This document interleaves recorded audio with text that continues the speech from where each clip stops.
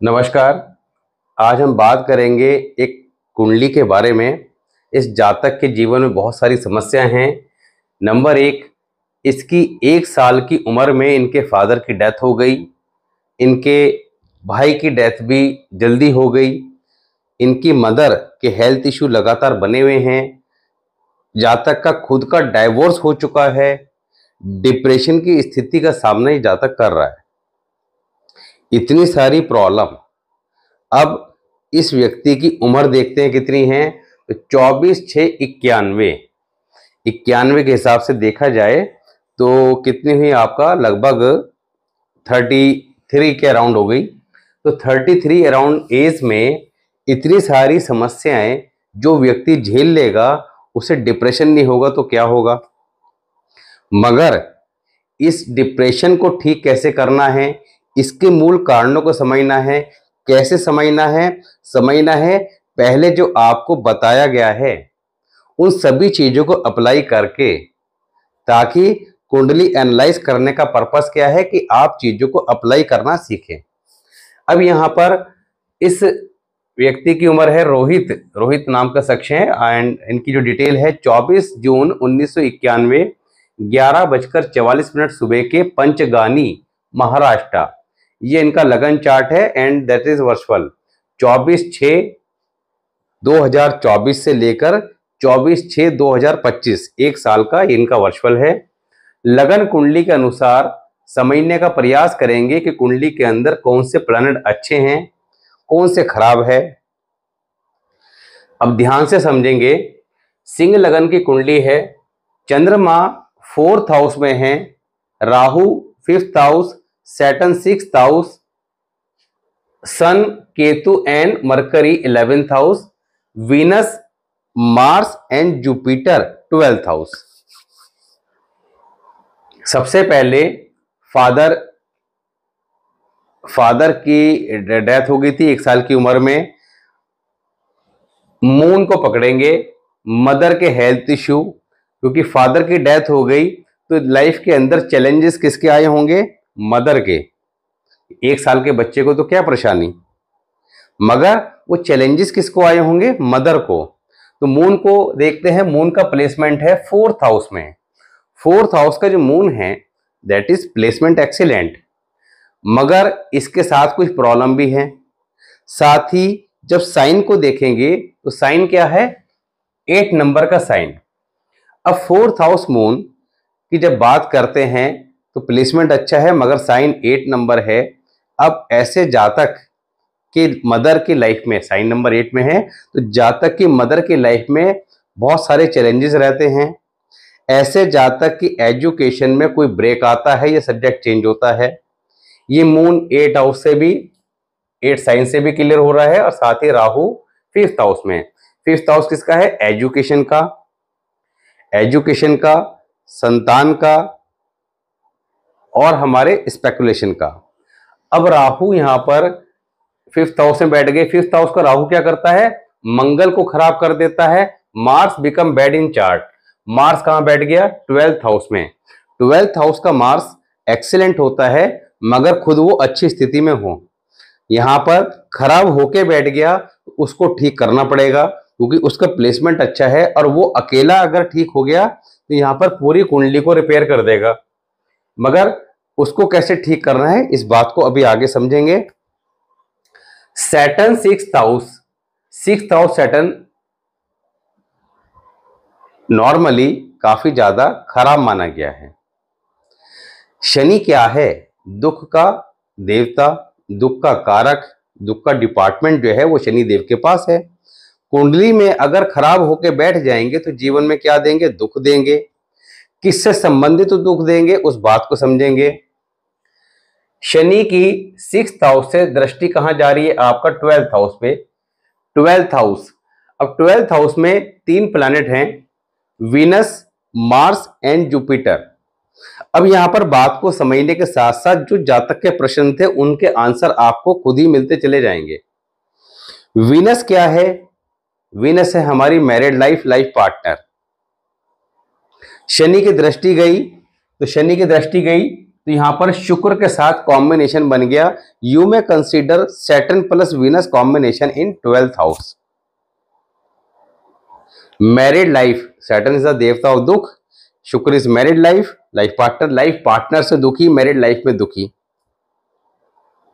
Second, Venus बैठा है आपका मार्स और जुपिटर के साथ। Jupiter is knowledge and Mars is aggression, क्योंकि मार्स जब खराब हो जाता है तो ये एग्रेशन पैदा करता है, गुस्सा पैदा करता है। शुक्र के साथ बैठ गया तो यानी कि life partner will be aggressive in nature, dominating in nature, और साथ ही दिमागदार भी होगा। तो ऐसे जातक की मैरिड लाइफ में ट्रबल रही। यहां पर फोर्थ पॉइंट का आंसर कि जातक शुक्र मंगल का कॉम्बिनेशन अगर अच्छा है तो बहुत अच्छा है, जातक को बहुत ज्यादा सक्सेस देता है, मगर अगर खराब है तो यहां पर तलाक की स्थिति का सामना जातक को करा देता है। उसके भी और भी पॉइंट है, उसको भी समझेंगे कि तलाक के पीछे के और कौन से फैक्टर काम करेंगे। दूसरा, सैटर्न की दृष्टि और किस पे गई थी? मंगल पे। Mars plus Saturn combination. Mars क्या है? हमारा भाई। सैटर्न क्या है? दुख। भाई से दुखी या भाई के कारण दुखी या भाई के जीवन में दुख। तो यहां पर भाई की डेथ हो गई तो भाई का दुख भी जीवन में बना रहा। जुपिटर भी बैठा है, जुपिटर के साथ भी सैटर्न का कॉम्बिनेशन बना। What is Jupiter? Jupiter is किस्मत, जुपिटर इज घर के बुजुर्ग। घर के बुजुर्ग कौन होते हैं? जब तक ग्रैंडफादर है तो ग्रैंडफादर, उसके बाद फादर। फादर की डेथ होगी, फादर का दुख। तो यहां पर इस सैटर्न ने इन तीनों प्लैनेट का जो कॉम्बिनेशन था, शुक्र मंगल जुपिटर का जो कॉम्बिनेशन है, नॉर्मली ये कॉम्बिनेशन ज्यादा खराब नहीं है, अच्छा रिजल्ट देता है, मगर यहां पर सैटर्न के बीच में कूद जाने से वो कॉम्बिनेशन सारा का सारा खराब हो गया और इन सभी से संबंधित दुख जीवन में दे दिया। सेकंड, सन केतु और मरकरी। सन केतु और मरकरी का कॉम्बिनेशन, यहां पर केतु बहुत ज्यादा डैमेज हो गया। केतु डैमेज हो गया, ऐसे जातक, केतु इज 11th हाउस, ऐसे जातक के साथ समस्या क्या होती है कि these people always worried about the future. इनको भविष्य की चिंता जरूरत से ज्यादा सताती है, अपनी किस्मत को लेकर जीवन में दुखी रहते हैं। But these people are obedient child. क्यों होते हैं समझिएगा, because Jupiter and Ketu combination is there. कैसे? Set sun Ketu and Mercury placed in 11th house and this combination is move in 12th house according to grammar rule। कैसे? जब ये तीनों यहां जाएंगे तो ये कॉम्बिनेशन क्या बनाएंगे? Venus plus sun, Venus plus Ketu, Venus plus Mercury. Venus plus sun, sun is ego, life partner के अंदर ईगो पैदा करेंगे। केतु जब सन और मरकरी के साथ बैठ जाएगा तो खराब हो जाएगा। खराब हो जाएगा तो केतु, क्योंकि both are enemy of Ketu, Mercury and sun both are enemy of Ketu. Ketu यहां पर खराब हो गया। खराब केतु क्या करता है? खराब केतु ब्रेक कराता है, सर्जरी कराता है। अब ये यहां पर जाकर जब वीनस के साथ मिलेगा, क्योंकि ये कॉम्बिनेशन शिफ्ट हुआ तो वीनस के साथ केतु का कॉम्बिनेशन बनेगा, तो ब्रेक इन रिलेशनशिप। खराब केतु जब यहां पर जाकर इनसे मिलेगा, इनसे मिलेगा, तो यहां पर वो है नहीं, अब पता नहीं इनके बारे में ज्यादा डिटेल नहीं मालूम है, मगर यहां पर भाई की सर्जरी भी करा देगा, फादर की सर्जरी भी करा देगा। तो लॉट्स ऑफ ट्रबल ये केतु यहां देने वाला है, मगर इसको कंट्रोल कैसे करना है, ठीक कैसे करना है, उसको समझना जरूरी है। डिप्रेशन, मून 4th हाउस जब होता है तो ऐसे जातक का मन हमेशा किसी न किसी कारण चिंतित परेशान रहता है, पीस ऑफ माइंड रहता नहीं है। अब यहां पर मून अच्छा या खराब है तो प्लेसमेंट आप देखेंगे तो excellent, but sign is not good. तो यू में कंसीडर कि अगर केवल मून को देखें तो मून यहां पर हमें 60 to 70% ठीक दिखाई दे रहा है, because sign is not good. तो यहां पर 30% खराब हो गया, मगर बाकी का 70% क्यों खराब हुआ? आपको एक रूल बताया था, सैक्रिफाइस ऑफ प्लैनेट। यानी कि जब एक प्लैनेट खराब होता है तो दूसरे प्लैनेट को खराब कर देता है। Venus, if Venus is bad in chart the moon become bad in chart. तो वीनस उस कुंडली में खराब है, वीनस खराब हुआ तो मून को इफेक्ट कर दिया। दूसरा, जातक के स्वभाव के अंदर थोड़ा एग्रेशन, गुस्सा भी देगा, बिकॉज जब ये यहां पर शिफ्ट होंगे 12th हाउस में तो कॉम्बिनेशन क्या बनेगा, सन के साथ मार्स का भी बनेगा। सन और मार्स का कॉम्बिनेशन जब बनता है तो एग्रेशन पैदा करता है, गुस्सा पैदा करता है, क्योंकि बोथ आर फायर प्लैनेट। जब गुस्सा पैदा होगा तो क्या होता है हमारे साथ कि हमारा पीस ऑफ माइंड चला जाता है, हमारा पीस ऑफ माइंड चला जाता है, मन के अंदर अशांति आ जाती है। तो यानी कि कुंडली के अंदर जब मंगल और सूर्य किसी भी तरह मिलते हैं, ये कॉम्बिनेशन बनाते हैं, तो मून खराब हो जाता है। मून का प्लेसमेंट अच्छा है तो हमें क्या करना है, इसको पावरफुल करना है। कैसे करेंगे उसकी बात करेंगे। डिप्रेशन कौन देता है, मून देता है। मून क्या है, peace of mind, anxiety, depression, happiness, prosperity, liquid cash, ये सारी से सारी चीजें मून से कनेक्टेड होती हैं। अब ऐसे में अगर कोई व्यक्ति समय रहते इन चीजों को समझ ले तो निश्चित तौर पर इन सभी परेशानियों को समय रहते कंट्रोल किया जा सकता था, क्योंकि हमारी लगन कुंडली बचपन में जब पैदा हो गए उस समय बन गई, मगर हमें पता नहीं चलता कि एग्जैक्टली करना क्या है। और जीवन जब तक अच्छा चल रहा है तो अच्छा चल रहा है, मगर जब परेशानी आती है तो हम एकदम बिखर जाते हैं और इधर उधर भागते हैं। अब तत्काल में कुछ नहीं होता, तत्काल में तो फिर वर्षफल के उपाय से ही इमीडिएट थोड़ा रिलीफ दिया जा सकता है, क्योंकि varshphal remedies are work just like a allopathy medicine and these remedies, lagan chart remedies work like a homoeopathy medicine. तो आपको समझना यह है कि शुरू से होम्योपैथी मेडिसिन तो खानी है। किसी को पथरी की शिकायत है तो होम्योपैथी दवाई लगातार साल 6 महीने, साल 2 साल खा ले तो धीरे धीरे वो पथरी उसकी खत्म हो जाती है। मगर पथरी का वही दर्द अचानक जब आपके तेज उठ पड़े, चाहे आप होम्योपैथी दवाई खा रहे हो, तो करते क्या है, एलोपैथी डॉक्टर को भागते हैं और इंजेक्शन लगवाते, क्योंकि उस समय वो दर्द बर्दाश्त नहीं हो रहा। तो वर्षफल रेमेडीज उस तरह से हो गई कि दर्द अचानक उठा तो वर्षफल प्रॉब्लम देगा, मगर परमानेंट इलाज यहां से होगा। तो दोनों की अपनी अपनी इंपॉर्टेंस है। जब यहां प्रॉब्लम आएगी तो ये वाली काम नहीं करेंगी, और इसकी अपनी इंपॉर्टेंस है ये, क्योंकि बीमारी को जड़ से भी खत्म करना है। इंजेक्शन लगा के इमीडिएट दर्द को ठीक कर लिया, मगर उसको परमानेंटली ठीक करेंगे तो बार बार परेशान करेगी। तो यहाँ पर ऐसे जातक को एक तो लेदर की चीजों का इस्तेमाल नहीं करना चाहिए, ये बर्थ चार्ट के अकॉर्डिंग लॉन्ग लाइफ ध्यान रखना है। दूसरा, लेदर की चीजें कभी किसी से गिफ्ट लेनी नहीं चाहिए। नॉर्मली होता क्या है कि इनको लेदर की आइटम्स गिफ्ट ज्यादा मिलती हैं लाइफ में, जब जब लेते हैं तब तब आफ्टर फ्यू डेज लाइफ के अंदर कुछ ना कुछ चैलेंजेस, प्रॉब्लम स्टार्ट हो जाती हैं। तो इसको हमेशा दिमाग में रखें कि नहीं लेनी है। दूसरा, नॉर्मली ऐसे जातक टी पॉइंट, बंद गली या कॉर्नर के हाउसेस में रहते हैं, इनको इस तरह के मकान अवॉइड करने चाहिए। धर्म स्थान पर जाते समय अपने जूते या चप्पलों को तरीके से सेफली रखना चाहिए, क्योंकि इनके चोरी होने के योग इनकी कुंडली में बने होते हैं। जब जब इनके जूते या चप्पल धर्म स्थान से चोरी होंगे, it is the indication of bad time is coming in few days. तो ऑलवेज कंसीडर कि हमें उनको सेफली रखना है, हमेशा दिमाग में रखें। दूसरा, चांदी का, क्योंकि ऐसे जातक को संतान संबंधित परेशानी, अबॉर्शन वगैरह के केसेस की स्थिति का सामना भी आफ्टर मैरिज करना पड़ता है, उसको अभी से कंट्रोल करने के लिए क्या करना चाहिए, सिल्वर का ठोस हाथी 50 से 60 ग्राम के बीच का चांदी की कटोरी में गंगा जल डालकर हाथी के आगे के दोनों पैरों में लाल रंग का रेशमी धागा बांधकर घर की पूरब दिशा में स्थापित करना चाहिए। उसके गंगा जल को ध्यान रखें, हर हफ्ते में चेक करते रहे, अगर कम होने लगे तो थोड़ा डाल दें। दूसरा, कभी किसी साधु, फकीर, सन्यासी, मौलवी से किसी भी परिस्थिति खराब हो, कोई धागा, ताबीज, जल, भभूति वगैरह नहीं लेनी है, इस बात का हमेशा ध्यान रखें।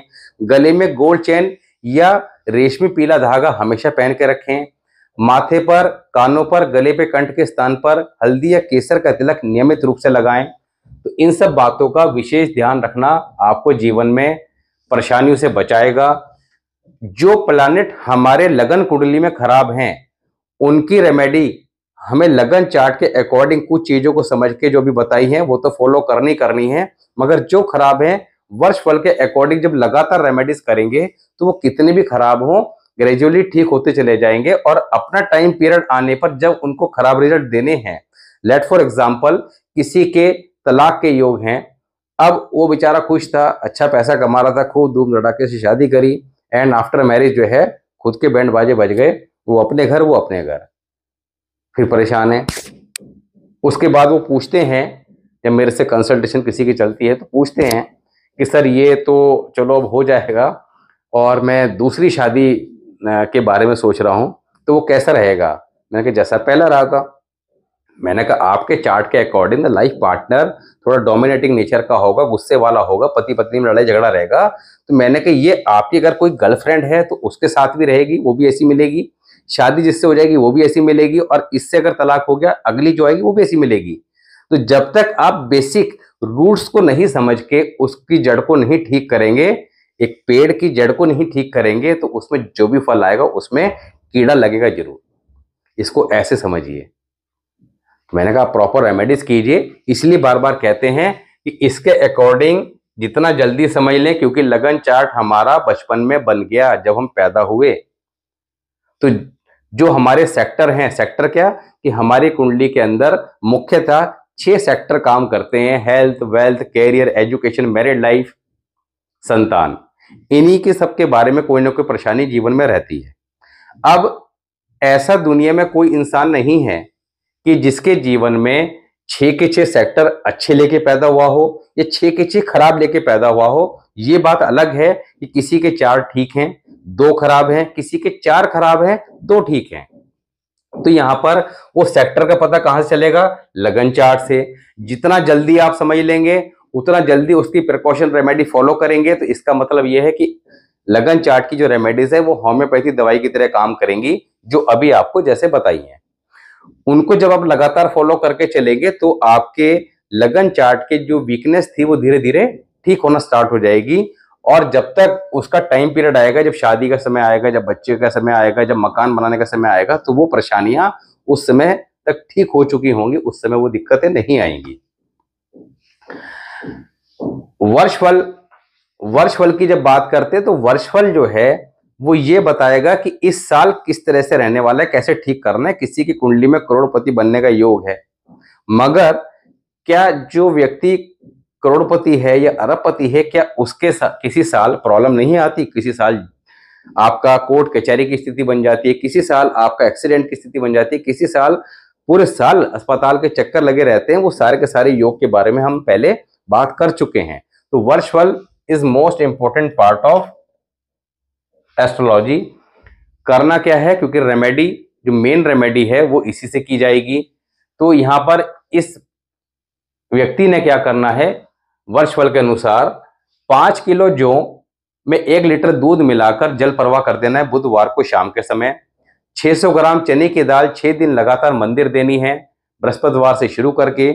उसके बाद एवरी थर्सडे देते रहें पूरे साल, अगला जन्मदिन आने तक।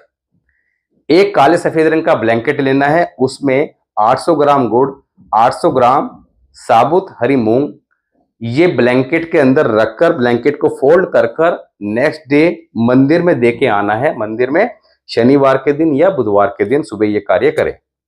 एक ही बार कर लें, काफी है। स्ट्रीट डॉग्स को फूड वगैरह देते रहें। दूसरा, सोमवार को अनमैरिड गर्ल्स को व्हाइट स्क्वायर बर्फी डोनेट करते रहें, खिलाते रहें। एज कुछ भी हो मगर होनी अनमैरिड चाहिए। शुक्रवार को दही कपूर मंदिर में डोनेट करें। दही 20-30 रुपए का पैकेट ले सकते हैं और 10-20 रुपए का कपूर। तो ये सभी रेमेडीज बिफोर सनसेट करनी है, केवल जौ वाली रेमेडी आफ्टर सनसेट करनी है। इस बात का विशेष ध्यान रखें। तो इस प्रकार लगातार उपाय करने से आपके लाइफ के अंदर जो समस्याएं चल रही हैं वो निश्चित तौर पर कम होंगी, लाइफ को आप ठीक कर पाएंगे। क्योंकि लाल किताब में एक बात स्पष्ट तौर पर लिखी है कि जीवन के अंदर जन्म और मृत्यु तय है, मगर बीच के डेस्टिनी को हम निश्चित तौर पर ठीक कर सकते हैं।